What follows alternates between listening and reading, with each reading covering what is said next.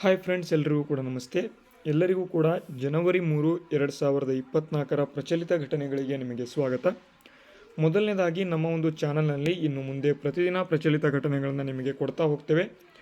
ಯಾರೂ ಕೂಡ ಮಿಸ್ ಮಾಡಬೇಡಿ. ಮುಂದೆ ಬರ್ತಕ್ಕಂತಹ ಒಂದು ಪರೀಕ್ಷೆಗಳಿಗೆ ಅತ್ಯಂತ ಉಪಯುಕ್ತವಾಗಿರ್ತಕ್ಕಂಥ ಮಾಹಿತಿಗಳನ್ನು ನಾವು ಕೊಡ್ತಾ ಹೋಗ್ತೇವೆ. ನಮ್ಮ ಚಾನಲ್ನಲ್ಲಿ ಪ್ರಚಲಿತ ಘಟನೆಗಳನ್ನು ಕಂಟಿನ್ಯೂಸ್ ಆಗಿ ಮಾಡ್ತಾ ಹೋಗಿ.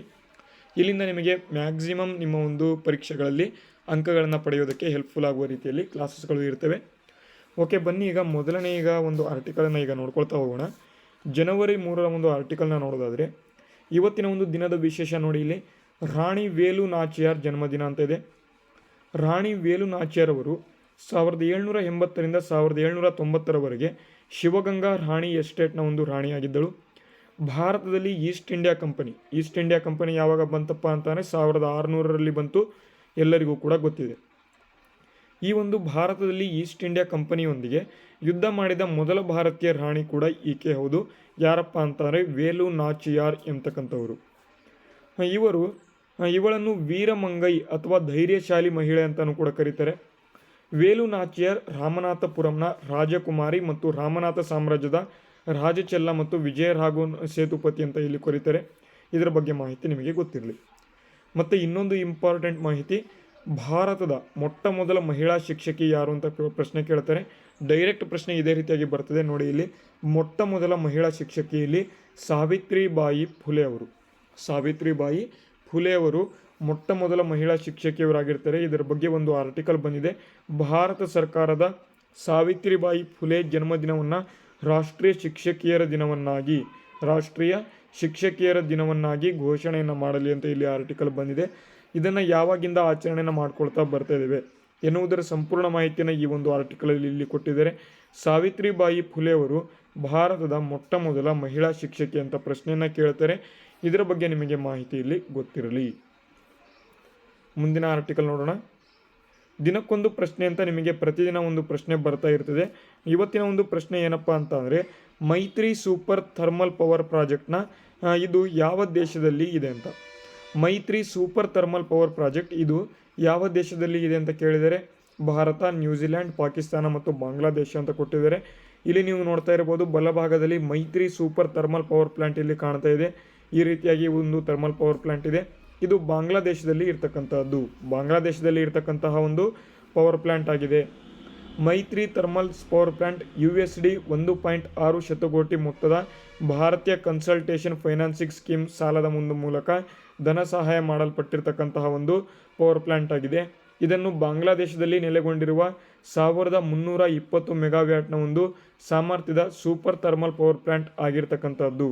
ಇದರ ಬಗ್ಗೆ ನಿಮಗೆ ಮಾಹಿತಿ ಗೊತ್ತಿರಲಿ. ಮೈತ್ರಿ ಸೂಪರ್ ಥರ್ಮಲ್ ಪವರ್ ಪ್ಲಾಂಟ್ ಬಾಂಗ್ಲಾದೇಶದಲ್ಲಿ ಇದು ಇರ್ತಕ್ಕಂಥದ್ದು. ಓಕೆ, ಮುಂದಿನ ಆರ್ಟಿಕಲ್ ನೋಡಿ. ಇಲ್ಲಿ ಈ ಒಂದು ಇಮೇಜ್ ನಿಮಗೆ ಕಾಣ್ತಾ ಇದೆ. ಇದರ ಬಗ್ಗೆ ನಾವು ಈಗ ಮಾಹಿತಿಗಳನ್ನು ನೋಡ್ಕೊಳ್ತಾ ಹೋಗೋಣ. ಯಾಕೆ ಅಂತಾನೆ ತುಂಬ ಇಂಪಾರ್ಟೆಂಟ್ ಇಮೇಜ್ ಇದು ಆಗಿದೆ. ಏನಪ್ಪ ಅತ್ಯಂತ ಇಂಪಾರ್ಟೆಂಟ್ ಇಮೇಜ್ ಇದು ಅಂತ ನೀವು ಕೇಳೋದಾದರೆ, ಫುಗ್ಗೆರಿ ಎಂಬುದು ಜರ್ಮನಿಯ ಒಂದು ಹಳ್ಳಿಯಾಗಿದೆ. ಈ ಗ್ರಾಮದ ವಿಶೇಷ ಏನಪ್ಪ ಅಂತ ಅಂದರೆ, ಇಲ್ಲಿ ವಾಸಿಸುವ ಒಂದು ಜನರಿಗೆ ಮನೆ ಬಾಡಿಗೆ ಖಾಯಂ ಆಗಿ ಒಂದೇ ಆಗಿರ್ತದೆ. 1520ರಿಂದ ಅವರು ಬದಲಾಗೇ ಇಲ್ಲ ಅಂತ ಇಲ್ಲಿ ಕೊಟ್ಟಿದ್ದಾರೆ. ಮಾಲೀಕರು ಉದಾರಿಗಳು, ಬಾಡಿಗೆದಾರರ ಒಂದು ಅದೃಷ್ಟವೋ ಗೊತ್ತಿಲ್ಲ. ಹಾಗಾದರೆ ಇಲ್ಲಿ ಅಂದ ಹಾಗೆ ಇಲ್ಲಿ ನಮ್ಮಂತೆ ಬಾಡಿಗೆ ನಿಯಂತ್ರಣ ಕಾಯ್ದೆ ಏನಾದರೂ ಇದೆಯೋ ಅಥವಾ ಇಲ್ಲಿ ಇಲ್ಲವೋ ಅಂತ ಈ ಒಂದು ಪ್ರಶ್ನೆ ನಿಮಗೆ ಕಾಡಬಹುದು. ಇಲ್ಲಿ ಬಾಡಿಗೆ ಜೀವನವೇ ಅಗ್ಗ ಮತ್ತು ಸುಖಕರ ಜೀವನ ಅಂತ ಇಲ್ಲಿ ತೋರಿದೆ ಅಂತೇಳಿ ಕೊಟ್ಟಿದ್ದಾರೆ. 1520ರಿಂದ ಇದುವರೆಗೂ ಕೂಡ ಅವರು ಮನೆಯನ್ನು ಚೇಂಜ್ ಮಾಡೇ ಇಲ್ಲ. ಇದು ಫುಗ್ಗೆರಿ ಗ್ರಾಮದಲ್ಲಿ ಇರ್ತಕ್ಕಂಥದ್ದು. ಇದು ಎಲ್ಲಿದೆ ಅಂತ ಅಂದರೆ ಜರ್ಮನಿಯಲ್ಲಿದೆ. ಇದು ಮಾಹಿತಿ ಗೊತ್ತಿರಲಿ. ದಿನಕ್ಕೊಂದು ಮಾಹಿತಿ ಅಂತ ಒಂದು ಪ್ರತಿದಿನ ಮಾಹಿತಿ ನಮ್ಮ ಒಂದು ಚಾನಲ್ನಲ್ಲಿ ಬರ್ತದೆ. ಕೈ ಬರಹದಲ್ಲಿ ಬರೆದ ಒಂದು ಸಂವಿಧಾನ ಅಂತ ಇದೆ ನೋಡಿ. ಇಲ್ಲಿ ನೋಡೋಣ ಈಗ. ಕಾನ್ಸ್ಟಿಟ್ಯೂಷನ್ ಆಫ್ ಇಂಡಿಯಾ ಅಂತ ಖ್ಯಾತ ಕ್ಯಾಲಿಗ್ರಾಫರ್ ಪ್ರೇಮ್ ಬಿಹಾರಿ ನರೇನ್ ರೈಜಾಡ ಅವರು. ತುಂಬ ಇಂಪಾರ್ಟೆಂಟ್ ನೋಡಿ. ಇಲ್ಲಿ ಡೈರೆಕ್ಟಾಗಿ ಪ್ರಶ್ನೆ ಕೇಳಿಬಿಡ್ತಾರೆ. ಡಾಕ್ಟರ್ ಬಿ ಆರ್ ಅಂಬೇಡ್ಕರ್ ಅವರು ಈ ಒಂದು ಸಂವಿಧಾನವನ್ನು ರಚನೆ ಮಾಡಿದರು ಅಂತ ಕೊಟ್ಟಿದ್ದಾರೆ. ಆದರೆ ಇಲ್ಲಿ ಈ ಒಂದು ಕಾನ್ಸ್ಟಿಟ್ಯೂಷನ್ ಆಫ್ ಇಂಡಿಯಾವನ್ನು ಅಥವಾ ಭಾರತದ ಸಂವಿಧಾನವನ್ನು ಕೈ ಬರಹದೊಂದಿಗೆ ಯಾರಪ್ಪ ಬರೆದರು ಅಂತ ಇಲ್ಲಿ ಪ್ರಶ್ನೆ ಕೇಳ್ತಾರೆ. ತುಂಬ ಇಂಪಾರ್ಟೆಂಟ್ ಇಲ್ಲಿ. ಪ್ರೇಮ್ ಬಿಹಾರಿ ನೋಡಿ. ಇಲ್ಲಿ ಖ್ಯಾತ ಕ್ಯಾಲಿಗ್ರಾಫರ್ ಪ್ರೇಮ್ ಬಿಹಾರಿ ನರೇನ್ ರೈಜಾಡ ಅವರು ಇಟಾಲಿಕ್ಸ್ ಶೈಲಿಯ ಕೈಬರಹದಲ್ಲಿ ಭಾರತದ ಸಂವಿಧಾನವನ್ನು ಬರೆದಿರ್ತಾರೆ. ಜವಾಹರಲಾಲ್ ನೆಹರು ರೈಜಾಡ ಅವರಿಗೆ ದಾಖಲೆಯ ಮೊದಲ ಒಂದು ಪ್ರತಿಯನ್ನು ಬರೆಯಲು ಇಲ್ಲಿ ಹೇಳಿರ್ತಾರೆ. ಆ ಸಂದರ್ಭದಲ್ಲಿ ತಮ್ಮ ಶುಲ್ಕ ಎಷ್ಟೆಂದು ನೆಹರು ಅವರು ರೈಜಾಡ ಅವರ ಬಳಿ ವಿಚಾರಿಸಿದಾಗ ಅವರ ಉತ್ತರ ಕೇಳಿದರೆ ನಿಜಕ್ಕೂ ಆಶ್ಚರ್ಯ ಪಡ್ತೀರಿ. ದೇವರ ದಯೆಯಿಂದ ನಾನು ಚೆನ್ನಾಗಿದ್ದೇನೆ, ನನಗೆ ಒಂದು ಪೈಸೆಯೂ ಕೂಡ ಬೇಡ, ಆದರೆ ಸಂವಿಧಾನದ ಪ್ರತಿ ಪುಟದಲ್ಲಿ ನಾನು ನನ್ನ ಹೆಸರನ್ನು ಬರೆಯುತ್ತೇನೆ ಮತ್ತು ಕೊನೆಯ ಒಂದು ಪುಟದಲ್ಲಿ ನನ್ನ ಹೆಸರನ್ನು ನನ್ನ ಅಜ್ಜನ ಹೆಸರಿನೊಂದಿಗೆ ಬರೆಯುತ್ತೇನೆ ಅಂತ ಅವರು ಇಲ್ಲಿ ವಿನಂತಿ ಮಾಡಿಕೊಂಡಿದ್ರು. ಅದಕ್ಕೆ ಅವರು ಅದನ್ನು ಈ ಒಂದು ಸಂವಿಧಾನದಲ್ಲಿ ಈ ಒಂದು ಭಾಗದಲ್ಲಿ ಬರೆದಿರ್ತಾರೆ. ನೀವು ರಿಟರ್ನ್ ಸಂವಿಧಾನವನ್ನು ಅಥವಾ ಏನು ಸಂವಿಧಾನ ನೀವು ಇವರ ಕೈಯಿಂದ ಬರೆದಿರ್ತಾರೆ, ನೀವು ಈ ಒಂದು ಭಾಗದಲ್ಲಿ ನೀವು ನೋಡಿದರೆ ಅವರ ಒಂದು ರಾಸ್ ಅಥವಾ ಬಿಹಾರಿ ಘೋಷ್ ಅಂತ ಏನಿದ್ದಾರೆ ಅವರ ಹೆಸರು ಇರ್ತದೆ. ಅದರ ಬಗ್ಗೆ ನಿಮಗೆ ಮಾಹಿತಿ ಗೊತ್ತಿರಲಿ. ಓಕೆ, ಮುಂದಿನ ಆರ್ಟಿಕಲ್ ನೋಡೋಣ. ಇವೆಲ್ಲವೂ ಕೂಡ 10th ಸಂಬಂಧಪಟ್ಟಂತೆ ಆರ್ಟಿಕಲ್ಗಳಿದ್ದಾವೆ. ಇದು ಅಷ್ಟೊಂದು ಇಂಪಾರ್ಟೆಂಟ್ ಇರೋದಿಲ್ಲ. ನಾವು ಡೈರೆಕ್ಟಾಗಿ ನಮಗೆ ಎಕ್ಸಾಮ್ಗೆ ಇಂಪಾರ್ಟೆಂಟ್ ಆಗಿರ್ತಕ್ಕಂಥ ಮಾಹಿತಿಗಳನ್ನು ನೋಡೋಣ. ನೋಡಿ, ಇಲ್ಲಿ ಬ್ರಿಕ್ಸ್ ಅಧ್ಯಕ್ಷತೆ ವಹಿಸಿಕೊಂಡ ರಷ್ಯಾ ಅಂತ ಇದೆ. ನೋಡಿ, ಇಲ್ಲಿ ಇತ್ತೀಚೆಗೆ ಇಲ್ಲಿ ಬ್ರಿಕ್ಸ್ BRICS ಹಿಂದಿನ ವರ್ಷ ಸೌತ್ ಆಫ್ರಿಕಾ ಈ ಒಂದು ಬ್ರಿಕ್ಸ್ ಅಧ್ಯಕ್ಷತೆ ಘೋಷಣೆ ಮಾಡಿಕೊಂಡಿತ್ತು. ಆದರೆ ಇಲ್ಲಿ ನೆಕ್ಸ್ಟು ಇಲ್ಲಿ ಬಿ ಬಂತು ಅಂತ ಬ್ರೆಜಿಲ್ ಬರಬೇಕಾಗಿತ್ತು, ರಷ್ಯಾ ಯಾಕಪ್ಪ ಬಂತು, ಇದು ಪ್ರಶ್ನೆ ನಿಮಗೆ ಕಾಡ್ಬೋದು. ಓಕೆ, ಇದರ ಬಗ್ಗೆ ಸಂಪೂರ್ಣವಾಗಿ ಮಾಹಿತಿಗಳನ್ನು ನೋಡ್ಕೊಳ್ತಾ ಹೋಗೋಣ. ನೋಡಿ, ಇಲ್ಲಿ 2024 ವರ್ಷಾರಂಭದೊಂದಿಗೆ 5 ದೇಶಗಳ ಮೈತ್ರಿಕೂಟವಾದ ಒಂದು ಬ್ರಿಕ್ಸ್ ಅಧ್ಯಕ್ಷತೆಯನ್ನು ಕೂಡ ಇಲ್ಲಿ ಬದಲಾಗಿರ್ತಕ್ಕಂಥದ್ದು. ರಷ್ಯಾ ಬ್ರಿಕ್ಸ್ ಅಧ್ಯಕ್ಷತೆ ವಹಿಸಿಕೊಂಡಿದೆ. ಅಧಿಕಾರ ದಂಡವನ್ನು ರಷ್ಯಾ ಅಧ್ಯಕ್ಷ ವ್ಲಾಡಿಮಿರ್ ಪುಟಿನ್ ಅವರು ಇಲ್ಲಿ ಸ್ವೀಕಾರ ಮಾಡಿದ್ದಾರೆ. ಇದೇ ವೇಳೆ ಬ್ರೆಜಿಲ್, ರಷ್ಯಾ, ಇಂಡಿಯಾ, ಚೀನಾ, ದಕ್ಷಿಣ ಆಫ್ರಿಕಾ 5 ದೇಶಗಳು ಸೇರಿ ರಚನೆ ಮಾಡಿರ್ತಕ್ಕಂಥ ಒಂದು ಬ್ರಿಕ್ಸ್ ಎಂಬತಕ್ಕಂತಹ ಒಂದು ಒಕ್ಕೂಟ ಮತ್ತಷ್ಟು ಹಿಗ್ಗಿದೆ.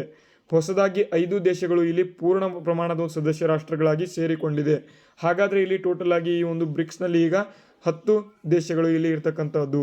ಹಾಗಾದರೆ ಆ ಒಂದು 5 ದೇಶಗಳು ಯಾವ್ಯಾವುದು ಅಂತ ನೋಡೋದಾದರೆ ಪೂರ್ಣಾವಧಿ ಸದಸ್ಯ ಒಂದು ದೇಶಗಳು ಯಾವ್ಯಾವುದು ಅಂತ ಅಂದರೆ Egypt, Ethiopia, Iran, Saudi Arabia, UAE ಮತ್ತು ಇಲ್ಲಿ ಟೋಟಲ್ ಆಗಿ 5 ದೇಶಗಳು ಹೊಸದಾಗಿ ಈ ಒಂದು ಬ್ರಿಕ್ಸ್ ಒಕ್ಕೂಟಕ್ಕೆ ಸೇರಿಕೊಂಡಿವೆ. ಹಾಗಾಗಿ ಪ್ರಸ್ತುತ ಈಗ 10 ದೇಶಗಳು ಇಲ್ಲಿ ಈ ಒಂದು ಬ್ರಿಕ್ಸ್ ಸಂಸ್ಥೆಗಳಲ್ಲಿ ಒಕ್ಕೂಟದಲ್ಲಿ ಇರ್ತಕ್ಕಂಥದ್ದು, 10 ಇಲ್ಲಿ ದೇಶಗಳು ಇಲ್ಲಿ ಇರ್ತಕ್ಕಂಥದ್ದು. ಈ ವರ್ಷ ರಷ್ಯಾ ಈ ಒಂದು ಬ್ರಿಕ್ಸ್ ಒಕ್ಕೂಟದ ಒಂದು ಅಧ್ಯಕ್ಷ ಸ್ಥಾನವನ್ನು ಪಡೆದುಕೊಂಡಿದೆ. ಇದು ಕೂಡ ನಿಮಗೆ ಗೊತ್ತಿರಲಿ, ನಿಮಗೆ ಪ್ರಶ್ನೆ ಇಲ್ಲಿಂದ ಕೂಡ ಇಲ್ಲಿ ಬರುವಂಥ ಒಂದು ಸಾಧ್ಯತೆಗಳು ಇಲ್ಲಿ ಇರ್ತವೆ. ಓಕೆ, ಮುಂದಿನ ಒಂದು ಪ್ರಶ್ನೆ, IPL ಶೀರ್ಷಿಕೆಗೆ ಇಲ್ಲಿ 5 ವರ್ಷಕ್ಕೆ 1,750 ಕೋಟಿ ರೂಪಾಯಿ ಇಲ್ಲಿ ಕೊಟ್ಟಿದ್ದಾರೆ. IPL ಶೀರ್ಷಿಕೆಯ ಒಂದು ಪ್ರಾಯೋಜಕರಾಗಿ BCCI ಹುಡುಕಾಟ ನಡೆಸ್ತಾ ಇದ್ದು ವಾರ್ಷಿಕ ಮೂಲ ಬೆಲೆ 350 ಕೋಟಿ ರೂಪಾಯಿ ನಿಗದಿಪಡಿಸಿದೆ ಎಂದು ಇಲ್ಲಿ ಮಾಧ್ಯಮಗಳಲ್ಲಿ ಇಲ್ಲಿ ವರದಿ ಮಾಡಿದೆ. 1,750 ಕೋಟಿ ರೂಪಾಯಿ ಇಲ್ಲಿ ನಿರೀಕ್ಷೆಯನ್ನು ಮಾಡಿದೆ ಅಂತ ಇಲ್ಲಿ ಕೊಟ್ಟಿದ್ದಾರೆ. ಇದು ಕೂಡ ನಿಮಗೆ ಗೊತ್ತಿರಲಿ. ಮುಂದಿನ ಆರ್ಟಿಕಲ್ ನೋಡಿ, ಇಲ್ಲಿ ತೀಸರಿ ಬಾರ್ ಮೋದಿ ಸರ್ಕಾರ ಲೋಕಸಭೆಗೆ BJP ಹೊಸ ಘೋಷಣೆ ಅಂತ ಇಲ್ಲಿ ಕೊಟ್ಟಿದ್ದಾರೆ. ಆಪ್ಕಿ ಬಾರ್ 400 ಪಾರ್ ಕೂಡ ಇಲ್ಲಿ ಫೈನಲ್ ಅಂತ ಕೊಟ್ಟಿದ್ದಾರೆ. ನೋಡಿ, ಇಲ್ಲಿ ಇದರ ಬಗ್ಗೆ ಮಾಹಿತಿನ ನೋಡೋಣ. ಈ ಒಂದು ವರ್ಷ ಲೋಕಸಭೆ ಎಲೆಕ್ಷನ್ ಇದೆ. ಈ ಒಂದು ಏಪ್ರಿಲ್ ಮತ್ತು ಮೇನಲ್ಲಿ ಲೋಕಸಭೆ ಎಲೆಕ್ಷನ್ ಬರ್ತದೆ. ಆ ಒಂದು ಸಂದರ್ಭದಲ್ಲಿ ಅತ್ಯಂತ ಇಂಪಾರ್ಟೆಂಟ್ ಆಗಿ ಬೇರೆ ಏನಪ್ಪ ನಡೀತಿದೆ ಅಂತ ಅಂದರೆ ಇಲ್ಲಿ ಈ ಒಂದು ವರ್ಷ ನೇಮಕಾತಿಗಳು ನಡೀತಕ್ಕಂಥ ಒಂದು ಸಾಧ್ಯತೆಗಳು ಇಲ್ಲಿ ತುಂಬ ಇದೆ. ಅದರ ಬಗ್ಗೆ ನಿಮಗೆ ಮಾಹಿತಿ ಗೊತ್ತಿರಲಿ. ಓಕೆ, ಇಲ್ಲಿ ನೋಡಿ 2014ರಲ್ಲಿ ಅಚ್ಚೇ ದಿನ್ ಆನೆ ವಾಲೆ ಹೇ ಅಂತ ಕೊಟ್ಟಿದ್ರು. 2019ರಲ್ಲಿ ಫಿರ್ ಏಕ್ ಬಾರ್ ಮೋದಿ ಸರ್ಕಾರ ಅಂತ ಇವರು ಕೊಟ್ಟಿದ್ರು. ಅದೇ ರೀತಿ 2024ರಲ್ಲಿ ತೀಸರಿ ಬಾರ್ ಮೋದಿ ಸರ್ಕಾರ ಆಪ್ಕಿ ಬಾರ್ ಚೌರ್ಸಾ ಪಾರ್ ಅಂತ ಇಲ್ಲಿ ಕೊಟ್ಟಿದ್ದಾರೆ. ಮೋದಿ ಗ್ಯಾರಂಟಿ ಪ್ರೋಗ್ರಾಮ್ ಅಂತ ಇಲ್ಲಿ ಏನೇನೋ ಮಾಡ್ತಿದ್ದಾರೆ. ಇದು ಏಪ್ರಿಲ್ ಮತ್ತು ಮೇ ತಿಂಗಳಿನಲ್ಲಿ ಲೋಕಸಭೆ ಎಲೆಕ್ಷನ್ ಏನಿದೆ ಅದಕ್ಕೆ ಇಲ್ಲಿ ಇನ್ನು ಈಗಿಂದನೇ ಇಲ್ಲಿ ಅವರು ಇದನ್ನು ಮಾಡ್ಕೊಳ್ತಾ ಇದ್ದಾರೆ. ಇದರ ಬಗ್ಗೆ ನಿಮಗೆ ಮಾಹಿತಿ ಗೊತ್ತಿರಲಿ. ಟಾಪ್ 10ರಲ್ಲಿ ಭಾರತದ 3 ನಿಲ್ದಾಣ ಅಂತ ಕೊಟ್ಟಿದ್ದಾರೆ. ಸಮಯ ಕ್ಷಮತೆಯಲ್ಲಿ ಬೆಂಗಳೂರು ಏರ್ಪೋರ್ಟ್ ಜಗತ್ತಿನಲ್ಲೇ ನಂಬರ್ 3 ಅಂತ ಕೊಟ್ಟಿದ್ದಾರೆ. ಹೈದರಾಬಾದ್ಗೆ 2ನೇ ಸ್ಥಾನ. ಸಿರಿಯಂ ವರದಿ ಅಂತ ಇಲ್ಲಿ ಕೊಟ್ಟಿದ್ದಾರೆ. ಕಾರ್ಯಾಚರಣೆಯಲ್ಲಿ ಇಲ್ಲಿ ನಿರ್ವಹಣಾ ಸಾಧನೆಯನ್ನು ಮಾಡಿಕೊಂಡಿದ್ದಾರೆ. ಸಮಗ್ರ ಕ್ಷಮತೆ ವಿಷಯದಲ್ಲಿ ಬೆಂಗಳೂರಿನ ಕೆಂಪೇಗೌಡ ಅಂತಾರಾಷ್ಟ್ರೀಯ ವಿಮಾನ ನಿಲ್ದಾಣವು ಜಾಗತಿಕ ಮಟ್ಟದಲ್ಲಿ 3ನೇ ಸ್ಥಾನ ಇಲ್ಲಿ ಪಡೆದುಕೊಂಡಿದೆ.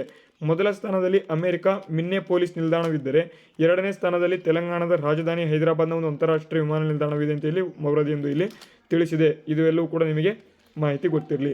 ಬೆಂಗಳೂರು ಏರ್ಪೋರ್ಟ್ ಜಗತ್ತಿನಲ್ಲಿ 3ನೇ ಒಂದು ನಂಬರ್ನಲ್ಲಿ ಇರ್ತಕ್ಕಂಥದ್ದು. ಅದರ ಬಗ್ಗೆಯೂ ಕೂಡ ನಿಮಗೆ ಮಾಹಿತಿ ಗೊತ್ತಿರಲಿ. ಇಲ್ಲಿಂದ ಡೈರೆಕ್ಟಾಗಿ ಪ್ರಶ್ನೆಗಳು ಬರುವಂಥ ಒಂದು ಸಾಧ್ಯತೆಗಳು ಇರ್ತವೆ. ಜಾಗತಿಕ ವಿಮಾನಯಾನ ಒಂದು ಕಂಪನಿಗಳು ಮತ್ತು ವಿಮಾನ ನಿಲ್ದಾಣ ಒಂದು ವಾರ್ಷಿಕ ಸಾಧನೆ ಕುರಿತು ಸಿರಿಯಂ ಸಂಸ್ಥೆ ನೋಡಿ, ಸಿರಿಯಂ ಸಂಸ್ಥೆ ಇಲ್ಲಿ ಬಿಡುಗಡೆ ಮಾಡಿದೆ. ವರದಿಯ ಒಂದು ವಿಶೇಷ ಏನಂದರೆ ಜಗತ್ತಿನ ಟಾಪ್ 10 ವಿಮಾನ ನಿಲ್ದಾಣಗಳಲ್ಲಿ ಭಾರತದ 3 ವಿಮಾನ ನಿಲ್ದಾಣಗಳು ಮತ್ತು 1ನೇ ವಿಮಾನಯಾನ ಸಂಸ್ಥೆ ಸ್ಥಾನವನ್ನು ಇಲ್ಲಿ ಪಡೆದುಕೊಂಡಿದೆ. ವಿಮಾನ ನಿಲ್ದಾಣ ಒಂದು ನಿರ್ವಹಣಾ ಸಂಸ್ಥೆ ಒಂದು ಸಮಯ ಪಾಲನೆಯಲ್ಲಿ ಅಮೆರಿಕಾದಲ್ಲಿ ಮಿನ್ನೆಪೋಲಿಸ್ ಸೇಂಟ್ ಪಾಲ್ ಅಂತಾರಾಷ್ಟ್ರೀಯ ವಿಮಾನ ನಿಲ್ದಾಣ 84.44 ಅಂಕಗಳನ್ನು ಪಡೆದುಕೊಂಡಿದ್ದರೆ ಹೈದರಾಬಾದ್ ವಿಮಾನ ನಿಲ್ದಾಣ ಇಲ್ಲಿ 84.42 ಮತ್ತು ಬೆಂಗಳೂರು ವಿಮಾನ ನಿಲ್ದಾಣ 84.08 ಇಲ್ಲಿ ಅಂಕಗಳನ್ನು ಪಡೆದು 3ನೇ ಸ್ಥಾನದಲ್ಲಿ ಇದೆ. ಹೈದರಾಬಾದ್ 2ನೇ ಸ್ಥಾನದಲ್ಲಿ ಇದ್ದರೆ ಸೇಂಟ್ ಪಾಲ್ ಅಂತಾರಾಷ್ಟ್ರೀಯ ವಿಮಾನ ನಿಲ್ದಾಣ ಇಲ್ಲಿ 1ನೇ ಸ್ಥಾನದಲ್ಲಿ ಇದೆ. ಇದ್ರ ಬಗ್ಗೆ ನಿಮಗೆ ಮಾಹಿತಿ ಗೊತ್ತಿರಲಿ. ಪ್ಯಾಕೆಟ್ ಉತ್ಪನ್ನಗಳ ಮೇಲೆ MRP ಜೊತೆ USP ಅಂತ ಇಲ್ಲಿ ಕೊಟ್ಟಿದ್ದಾರೆ. ಇದರ ಬಗ್ಗೆ ನಿಮಗೆ ಆರ್ಟಿಕಲ್ ನಿಮಗೆ ಟೆಲಿಗ್ರಾಮಲ್ಲಿ ಕೊಟ್ಟಿರ್ತೇನೆ, ಅಲ್ಲಿಂದ ನೀವು ಓದ್ಕೋಬೋದಾಗಿರ್ತದೆ. ಭಾರತೀಯ ರೈಲ್ವೆಯಿಂದ ಶೀಘ್ರದಲ್ಲಿ ಸೂಪರ್ ಆ್ಯಪ್ ಅಂತ ಕೊಟ್ಟಿದ್ದಾರೆ. ಸೂಪರ್ ಆ್ಯಪನ್ನು ಭಾರತೀಯ ಒಂದು ರೈಲ್ವೆ ಅತ್ಯಂತ ಶೀಘ್ರದಲ್ಲಿ ಬಿಡುಗಡೆ ಮಾಡಲಿದೆ. ಇದರ ಬಗ್ಗೆ ನಿಮಗೆ ಪ್ರಶ್ನೆಗಳಲ್ಲಿ ಕೇಳಬಹುದು, ಎಕ್ಸಾಮ್ಗಳಲ್ಲಿ ಅಥವಾ ಪರೀಕ್ಷೆಗಳಲ್ಲಿ ಕೇಳಬಹುದು. ಸೂಪರ್ ಆ್ಯಪ್ ಯಾವ ಒಂದು ಸಂಸ್ಥೆ ಬಿಡುಗಡೆ ಮಾಡ್ತಾ ಇದೆ ಅಂತ, ಇದನ್ನು ಭಾರತೀಯ ಒಂದು ರೈಲ್ವೆ ಬಿಡುಗಡೆ ಮಾಡ್ತಾ ಇದೆ. ಇದರ ಬಗ್ಗೆ ನಿಮಗೆ ಮಾಹಿತಿ ಗೊತ್ತಿರಲಿ. ಭಾರತ ಮ್ಯಾನ್ಮಾರ್ ಮುಕ್ತ ಸಂಚಾರಕ್ಕೆ ಶೀಘ್ರವೇ ತೆರೆ ಅಂತ ಕೊಟ್ಟಿದ್ದಾರೆ. ಮುಂದಿನ 4 ವರ್ಷ ಗಡಿಯುದ್ದಕ್ಕೂ ಇಲ್ಲಿ ಬೇಲಿ ಅಂತ ಕೊಟ್ಟಿದ್ದಾರೆ. ಭಾರತ ಒಂದು ಮ್ಯಾನ್ಮಾರ್ ಒಂದು ಗಡಿಗಳಲ್ಲಿ ವಾಸಿಸುವ ಒಂದು ಜನರು ವೀಸಾ ಇಲ್ಲದೆ 2 ದೇಶಗಳ ನಡುವೆ ತಲಾ 16 ಕಿಲೋಮೀಟರ್ವರೆಗೆ ಮುಕ್ತವಾಗಿ ಸಂಚಾರ ಮಾಡಲು ಮುಕ್ತ ಸಂಚಾರ ನೀತಿಯನ್ನು ಇಲ್ಲಿ ಅನುವು ಮಾಡಿಕೊಂಡಿರ್ತದೆ. ಆದರೆ ಭಾರತ ಸರ್ಕಾರ ಈ ಅವಕಾಶಕ್ಕೆ ಕೊನೆ ಹಾಡಲು ಇಲ್ಲಿ ಮುಂದಾಗಿರ್ತಕ್ಕಂಥದ್ದು. ಭಾರತ ಮತ್ತು ಮ್ಯಾನ್ಮಾರ್ 16 ಕಿಲೋಮೀಟರ್ ಇಲ್ಲಿ ಎಲ್ಲೂ ಬೇಕಾದರೂ ಹೋಗ್ಬೋದಿತ್ತು. ಇನ್ನು ಮುಂದೆ ಇದನ್ನು ಕೂಡ ತೆಗಿತಾ ಇದ್ದಾರೆ. ಇದರ ಬಗ್ಗೆ ನಿಮಗೆ ಮಾಹಿತಿ ಗೊತ್ತಿರಲಿ. ಇವಾಗಿದ್ದು ಇವತ್ತಿನ ಒಂದು ಕರೆಂಟ್ ಅಫೇರ್ಸ್. ಈ ಒಂದು ಕರೆಂಟ್ ಅಫೇರ್ಸ್ ನಿಮಗೆ ಹೆಲ್ಪ್ಫುಲ್ ಆಗಿದ್ದಲ್ಲಿ ವಿಡಿಯೋಗೆ ಒಂದು ಲೈಕ್ ಮಾಡಿ. ಸಬ್ಸ್ಕ್ರೈಬ್ ಯಾರು ಮಾಡಿಲ್ಲ ಅವರು ಕೂಡ ಸಬ್ಸ್ಕ್ರೈಬ್ ಮಾಡ್ಕೊಳ್ಳಿ. ವಿಡಿಯೋ ಹೆಲ್ಪ್ಫುಲ್ ಆಗಿದ್ದರೆ ವಿಡಿಯೋಗೆ ಒಂದು ಲೈಕ್ ಮಾಡಿ. ವಿಡಿಯೋನ ಮುಗಿಸ್ತಾ ಇದ್ದೇನೆ. ಮುಂದಿನ ವಿಡಿಯೋದಲ್ಲಿ ಸಿಗೋಣ. ಅಲ್ಲಿವರೆಗೂ ಜೈ ಹಿಂದ್, ವಂದೇ ಮಾತರಂ.